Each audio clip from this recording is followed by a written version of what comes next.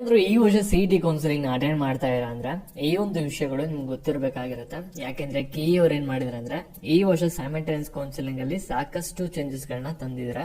ಅದಕ್ಕೋಸ್ಕರ ಈ ಒಂದು ವಿಡಿಯೋದಲ್ಲಿ ನಿಮ್ಗೆ ಏನೇನ್ ಚೇಂಜಸ್ ಆಗಿದೆ ಎಲ್ಲಾನು ಕೂಡ ಇನ್ ಡೀಟೇಲ್ ಆಗಿ ಈ ಒಂದು ವಿಡಿಯೋದಲ್ಲಿ ಡಿಸ್ಕಸ್ ಮಾಡೋಣ. ವಿಡಿಯೋನ ಕಂಪ್ಲೀಟ್ ಆಗಿ ನೋಡಿ. ಅದಕ್ಕೆ ನಮ್ಮ ಚಾನಲ್ ಸಬ್ಸ್ಕ್ರೈಬ್ ಮಾಡ್ಕೊಂಡಿಲ್ಲ ಅಂದ್ರೆ ಪ್ರತಿಯೊಬ್ಬರು ಕೂಡ ಕೆಳಗಡೆ ಸಬ್ಸ್ಕ್ರೈಬ್ ಬಟನ್ ಕ್ಲಿಕ್ ಮಾಡಿ ಸಬ್ಸ್ಕ್ರೈಬ್ ಮಾಡ್ಕೊಳ್ಳಿ. ಕೌನ್ಸಿಲಿಂಗ್ ಮುಗಿದ್ಮೇಲೆ ಸ್ಕಾಲರ್ಶಿಪ್ ಅಪ್ಡೇಟ್ಸ್ ನ ಪಡ್ಕೊಳ್ಳಿ. ಹಾಗೆ ಪ್ರತಿಯೊಬ್ಬರು ಕೂಡ ವಿಡಿಯೋಗೊಂದು ಲೈಕ್ ಕೊಟ್ಟಿಲ್ಲ ಅಂದ್ರೆ ವಿಡಿಯೋಗೊಂದು ಲೈಕ್ ಕೊಟ್ಬಿಟ್ಟಾನೆ ವಿಡಿಯೋಗೆ ಸ್ಟಾರ್ಟ್ ಮಾಡಿ. ಇವಾಗ ನಾವು ಡೈರೆಕ್ಟ್ ಆಗಿ ವಿಡಿಯೋ ಬಗ್ಗೆ ಬರೋಣ. ಇಲ್ಲಿ ನೀವು ನೋಡಬಹುದು UGCET ಸೆಕ್ಷನ್ ಇದು UG ನೀಟ್ ಸರಿನಾ. ಇಲ್ಲಿ ಏನಾಗ್ತಿದೆ ಅಂದ್ರೆ UG ನೀಟ್ ಇದು ಪ್ರೊಸೆಸ್ ಗಳು ನಡೀತಿದೆ ಕೌನ್ಸಿಲಿಂಗ್ ರಿಲೇಟೆಡ್. ಇವಾಗ ನೀಟ್ ರೋಲ್ ನಂಬರ್ ನ ಆಡ್ ಮಾಡಕ್ಕೆ ಪರ್ಮಿಷನ್ ನ ಕೊಟ್ಟಿದ್ದಾರೆ. ನಂತರ ಅವ್ರ ವೆರಿಫಿಕೇಶನ್ ಸ್ಲಿಪ್ ನ ಡೌನ್ಲೋಡ್ ಮಾಡ್ಕೋಬಹುದು. ಇವ್ರನ್ನ ನೀವು ಬಿಟ್ಟಾಕಿ. ಇಲ್ಲಿ CET ಸ್ಟೂಡೆಂಟ್ಸ್ ನೀವು ಯಾರ್ಯಾರು ಇದ್ದೀರಾ ನಿಮ್ಗೆ ನೋಡಿ ಇಲ್ಲಿ ಫಸ್ಟ್ ಒಂದು ನೋಟಿಫಿಕೇಶನ್ ಏನ್ ಬಂದಿತ್ತು ನಿಮ್ಗೆ, first round seat allotment schedule ಅಂತ ಇತ್ತು. ಅಂದ್ರೆ ನಿಮ್ದು ಮಾಕ್ ರೌಂಡ್ ರಿಸಲ್ಟ್ ಯಾವಾಗ ಬರುತ್ತೆ ಅನ್ನೋದು ಒಂದು ಡಾಟಾ ಇತ್ತು. ಅದಾದ್ಮೇಲೆ ಏನ್ ಮಾಡಿದಾರೆ ಅಂದ್ರೆ ನಿಮ್ಗೆ ಇನ್ನೊಂದು ನೋಟಿಫಿಕೇಶನ್ ನ ಬಿಟ್ಟಿದ್ದಾರೆ.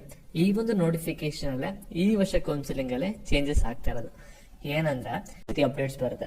ಇಲ್ಲಿ ನಿಮ್ಗೆ ಎಲ್ಲಾರ್ಗು ಕೂಡ ಗೊತ್ತಿರೋ ಹಾಗನೆ 7ನೇ ತಾರೀಕು ಬಂದ್ಬಿಟ್ಟು ಮಾಕ್ ಅಲಾಟ್ಮೆಂಟ್ ರಿಸಲ್ಟ್ ಬರುತ್ತೆ. ಮಾಕ್ ಅಲಾಟ್ಮೆಂಟ್ ರಿಸಲ್ಟ್ ಬಂದಿದ ತಕ್ಷಣ ನಿಮ್ಗೆ KCET first round option entry start ಆಗಲ್ಲ. ಅದನ್ನ ತಲೆಯಲ್ಲಿ ಇಟ್ಕೊಳ್ಳಿ. ನೀವು ಇಷ್ಟು ದಿನ ನೀಟ್ ಸ್ಟೂಡೆಂಟ್ಸ್ ಗಾಗಿ ವೆಯ್ಟ್ ಮಾಡಿದ್ರೆ ಕೌನ್ಸಿಲಿಂಗ್ ಡಿಲೇ ಆಯ್ತು ಅವರಿಂದ. ಅದರಿಂದ ನಿಮ್ಗೆ ಏನಾಗಿದೆ, 2ನೇ ಸಲ ಇನ್ನೊಂದು ಚಾನ್ಸ್ ಸಿಗ್ತಿದೆ. ಅಂದ್ರೆ ಇಲ್ಲಿ ಮಾಕ್ ರೌಂಡ್ ಅಲ್ಲಿ ನಿಮ್ಗೆ ಚೆನ್ನಾಗಿರೋ ಕಾಲೇಜ್ ಸಿಕ್ಕಿಲ್ವಾ ಅಥವಾ ನಿಮ್ಗೆ ಸೀಟೇ ಅಲಾಟ್ ಆಗಿಲ್ವಾ, ನಿಮ್ಗೆ ಇನ್ನೊಂದ್ಸಲಿ ಮಾಕ್ ರೌಂಡ್ ಇರುತ್ತೆ ನೋಡಿ. ಏನಂದ್ರೆ ಇಂಜಿನಿಯರಿಂಗ್, ಆರ್ಕಿಟೆಕ್ಚರ್, ಯೋಗ, ನ್ಯೂರೋಪತಿ ಮತ್ತೆ veterinary, farm science, B pharm ಮತ್ತೆ ಫಾರ್ಮಡಿ ಈ ಒಂದು ಕೋರ್ಸ್ ಗಳಿಗೆ ನೀವು ತಿರ್ಗಬೇಕು ಅಂದ್ರೆ ಆಪ್ಷನ್ ಎಂಟ್ರಿನ ಬೇಕಾದ್ರೆ ಮಾಡಬಹುದು. ಕಾಲೇಜ್ ನ ಆಡ್ ಡಿಲೀಟ್ ರೀಅರೇಂಜ್ ಮಾಡಬಹುದು. ನೀವೇನಾದ್ರೂ ನೀಟ್ ಎಕ್ಸಾಮ್ ಬರ್ದ್ರೆ ಈ ಒಂದು ಕಾಲೇಜ್ಗಳ ಜೊತೆನೆ ಮೆಡಿಕಲ್ ಡೆಂಟಲ್ ಕೂಡ ಆಡ್ ಮಾಡಬಹುದು. ನೀವು ನೀಟೇ ಬರ್ದಿಲ್ವಾ ಏನು ಕೂಡ ತಲೆ ಕೆಡ್ಸ್ಕೊಬೇಡಿ.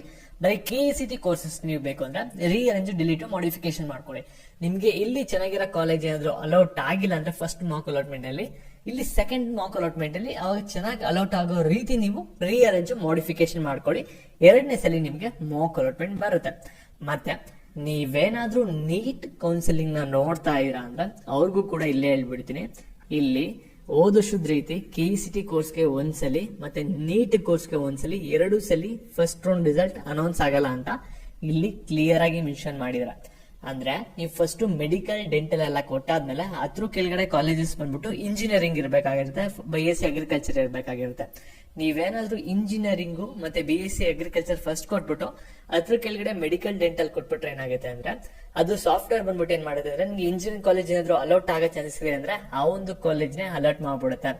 ಅದಕ್ಕೋಸ್ಕರ ಸೆಕೆಂಡ್ ಮಾಕ್ ಅಲಾಟ್ಮೆಂಟ್ ರಿಸಲ್ಟ್ ಬರಕ್ಕಿಂತ ಮುಂಚೆ ನಿಮ್ಗೆ ಏನೊಂದು ಆಪ್ಷನ್ ಮಾಡಕ್ ಟೈಮ್ ಕೊಟ್ಟಿದಾರಲ್ಲ 9ನೇ ತಾರೀಕಿಂದ 11ನೇ ತಾರೀಕು, ಇಲ್ಲಿ ನೀಟ್ ಎಕ್ಸಾಮ್ ನೀವೇನಾದ್ರೂ ಬರ್ದಿದ್ರೆ ಏನಿರುತ್ತಲ್ಲ ಅದನ್ನ ಕೋರ್ಸ್ ಪ್ರಕಾರ ಚೇಂಜಸ್ ನ ಮಾಡ್ಕೊಳ್ಳಿ. ಮೆಡಿಕಲ್ ಡೆಂಟಲ್ ಆದ್ಮೇಲೆ ಇಂಜಿನಿಯರಿಂಗ್, ಫಾರ್ಮಸಿ ಕಾಲೇಜಸ್ ನ ರೀಅರೇಂಜ್ ಮಾಡ್ಕೊಳ್ಳಿ. ಅದನ್ನ ಸ್ವಲ್ಪ ತಲೆ ಇಟ್ಕೊಳ್ಳಿ. 14ನೇ ತಾರೀಕು ಆದ್ಮೇಲೆ ನಿಮ್ಗೆ ಏನಾಗುತ್ತೆ ಅಂದ್ರೆ ಸೆಕೆಂಡ್ ಮಾಕ್ ಅಲಾಟ್ಮೆಂಟ್ ರಿಸಲ್ಟ್ ಬರುತ್ತೆ. ಅಂದ್ರೆ ಇಲ್ಲಿ ನೀವು KCET ಕೋರ್ಸಸ್ ಮಾತ್ರ ಆಪ್ಷನ್ ಎಂಟ್ರಿ ಮಾಡಿದ್ರು ಕೂಡ ಮಾಕ್ ಅಲಾಟ್ಮೆಂಟ್ ರಿಸಲ್ಟ್ ಅನೌನ್ಸ್ ಆಗುತ್ತೆ. KCET ನೀಟ್ ಎರಡೂ ಕೂಡ ಕಂಬೈನ್ ಮಾಡಿದ್ರು ಕೂಡ ಮಾಕ್ ಅಲಾಟ್ಮೆಂಟ್ ರಿಸಲ್ಟ್ ಅನೌನ್ಸ್ ಆಗುತ್ತೆ. ಇಲ್ಲಿ ಇನ್ನೊಂದ್ಸಲಿ ಹೇಳ್ತಾ ಇದೀನಿ, KCET ಮತ್ತೆ ನೀಟ್ 2 ಕೋರ್ಸಸ್ ಕೂಡ ಕಂಬೈನ್ ಆಗಿದೆ. 2 ಕೋರ್ಸಸ್ ಕೂಡ ಅನಾಲಿಸಿಸ್ ನ ತಗೊಂಡು ನಿಮ್ಗೆ ಯಾವ್ದಾರ ಒಂದು ಕೋರ್ಸ್ ಅಲ್ಲಿ ಒಂದು ಸೀಟ್ ನ ಅಲೋಟ್ ಮಾಡ್ಕೊಡ್ತಾರೆ. ಅದೊಂದು ಕ್ಲಾರಿಟಿ ಇಟ್ಕೊಳ್ಳಿ. ಚೇಂಜಸ್ ಆಗಿದೆ ಈ ವರ್ಷ ಸರಿನಾ. ಮತ್ತೆ ಇಲ್ಲಿ ಫಸ್ಟ್ ರೌಂಡ್ ಆಪ್ಷನ್ ಅಲ್ಲಿ ಕೂಡ ಸೇಮ್ ಅದೇ ಹೇಳ್ತಾ ಇರ. ಇಂಜಿನಿಯರಿಂಗ್, ಆರ್ಕಿಟೆಕ್ಚರ್ ಮತ್ತೆ ಯೋಗ ಮತ್ತೆ ನ್ಯೂರೋಪತಿ, ವೆಟರ್ನರಿ ಸೈನ್ಸ್ ಮತ್ತೆ BSc ಅಗ್ರಿಕಲ್ಚರ್ ಎಲ್ಲಾ ಕೂಡ ಕಂಬೈನ್ ಆಗಿರುತ್ತೆ. ಜೊತೆಗೆ ಮೆಡಿಕಲ್ ಡೆಂಟಲ್ ಆಯುಷ್ ಕೂಡ ಸೇರಿರುತ್ತೆ. ಇಷ್ಟು ಕೋರ್ಸ್ಗೂ ಕೂಡ ಒಂದೇ ಸಲ ಆಪ್ಷನ್ ಎಂಟ್ರಿ ಮಾಡ್ತೀರಾ. ನಿಮ್ಗೆ ಏನಾಗುತ್ತೆ ಅಂದ್ರೆ ಒಂದೇ ಕೋರ್ಸ್ ಅಲೌಟ್ ಆಗುತ್ತೆ. ಎಕ್ಸಾಂಪಲ್ ನಿಮ್ಗೆ ಹೇಳೋದಾದ್ರೆ ಇಲ್ಲಿ ಮೆಡಿಕಲ್ ಕೊಟ್ಟಿರ್ತೀರಾ, ಡೆಂಟಲ್ ಕೊಟ್ಟಿರ್ತೀರಾ, ಆಯುಷ್ ಕೊಟ್ಟಿರ್ತೀರಾ, ಅದ್ರ ಕೆಳಗಡೆ ಇಂಜಿನಿಯರಿಂಗ್ ಕೊಟ್ಟಿರ್ತೀರಾ, ಅದ್ರ ಕೆಳಗಡೆ BSc ಅಗ್ರಿಕಲ್ಚರ್ ಕೊಟ್ಟಿರ್ತೀರಾ. ಇಷ್ಟು ಕೋರ್ಸ್ನು ಕೂಡ ಅನಾಲಿಸಿಸ್ ನ ಮಾಡಿ ನಿಮ್ಗೆ ಏನ್ ಮಾಡುತ್ತೆ ಅಂದ್ರೆ ಡೆಂಟಲ್ ಅಲ್ಲಿ ಏನಾದ್ರು ಸೀಟ್ ಅಲೌಟ್ ಆಯ್ತು ಅಂದ್ರೆ ಡೆಂಟಲ್ ಅಲೌಟೆಡ್ ಅಂತ ಬರುತ್ತೆ. ನಿಮ್ಗೆ ಅವಾಗ ಮೆಡಿಕಲ್ ಕೂಡ ಸಿಗಲ್ಲ, ಆಯುಷ್ ಕೂಡ ಸಿಗಲ್ಲ, ಇಂಜಿನಿಯರಿಂಗ್, BSc ಅಗ್ರಿಕಲ್ಚರ್ ಏನು ಕೂಡ ಸಿಗಲ್ಲ, ಡೆಂಟಲ್ ಸಿಗುತ್ತೆ. ಅದಕ್ಕೆ ನೀವು ನೆಕ್ಸ್ಟ್ 21ನೇ ತಾರೀಕು ರಿಸಲ್ಟ್ ಬಂದಾದ್ಮೇಲೆ ಚಾಯ್ಸ್ ಸೆಂಟರ್ಲಿ ಏನಾದ್ರು ಚೇಂಜಸ್ ಇತ್ತು ಅಂದ್ರೆ ನೋಟಿಫೈ ಮಾಡ್ತಾರೆ. ಸೀಟ್ ಹೋಲ್ಡ್ ಮಾಡ್ಕೊಳ್ಳೋ ರೀತಿ ಯಾವ ರೀತಿ ಇರುತ್ತೆ ಈ ವರ್ಷ ಎಲ್ಲಾನು ಕೂಡ ಅವರು ನೋಟಿಫಿಕೇಶನ್ ಮುಖಾಂತರ ನಮ್ಗೆ ಅಪ್ಡೇಟ್ ಮಾಡ್ತಾರೆ. ಅಲ್ಲಿವರೆಗೂ ಕೂಡ ವೆಯ್ಟ್ ಮಾಡ್ಬೇಕಾಗುತ್ತೆ.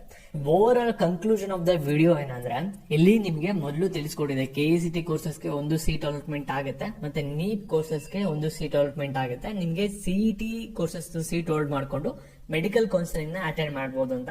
ಅದನ್ನ ಇವಾಗ ರಿಮೂವ್ ಆಗ್ಬಿಟ್ಟಿದ್ದಾರೆ. 2 ಕೂಡ ಕಂಬೈನ್ ಆಗಿರುತ್ತೆ. ನಿಮ್ಗೆ ಒಂದೇ ಚಾಯ್ಸ್ ಎಂಟ್ರಿ ಇರುತ್ತೆ, ಯಾವ್ದಾರ ಎಷ್ಟು ಕೋರ್ಸ್ ಅಲ್ಲಿ ಒಂದು ಸೀಟ್ ಅಲಾಟ್ ಆಗುತ್ತೆ. ಸರಿನಾ? ಈ ರೀತಿ ಒಂದು ಬದಲಾವಣೆಗಳಾಗಿದೆ. ಅದನ್ನ ಅರ್ಥ ಮಾಡ್ಕೊಂಡು ನೀಟಾಗಿ ಒಂದು ಆಪ್ಷನ್ ಅಟೆಂಡ್ ಮಾಡಿ. ಮತ್ತೆ ಇದೇ ರೀತಿ ಅಪ್ಡೇಟ್ಸ್ ಬೇಕಂದ್ರೆ ಚಾನಲ್ ಸಬ್ಸ್ಕ್ರೈಬ್ ಮಾಡ್ಕೊಳ್ಳಿ. ಹಾಗೆ ವಿಡಿಯೋ ಒಂದು ಲೈಕ್ ಕೊಟ್ಬಿಟ್ಟು ಎಲ್ಲರಿಗೂ ಕೂಡ ಶೇರ್ ಮಾಡಿ. Thank you.